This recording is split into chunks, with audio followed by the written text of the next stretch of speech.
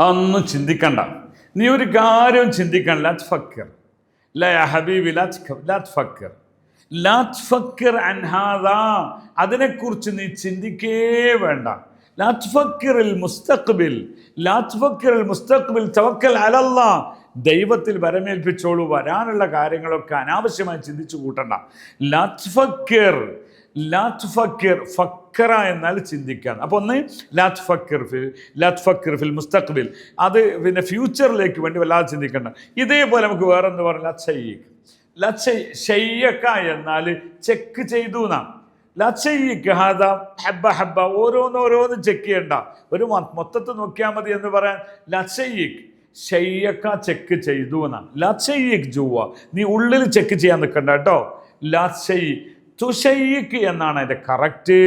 അതിന് ലാ ഷയ്യിക്ക് എന്നേ കേൾക്കുകയുള്ളൂ. ഓക്കെ, അന ഷയ്യക്തു ബിദ്ദബ്ത്, ഞാൻ എക്സാക്റ്റ്ലി അത് ചെക്ക് ചെയ്തിട്ടുണ്ട്.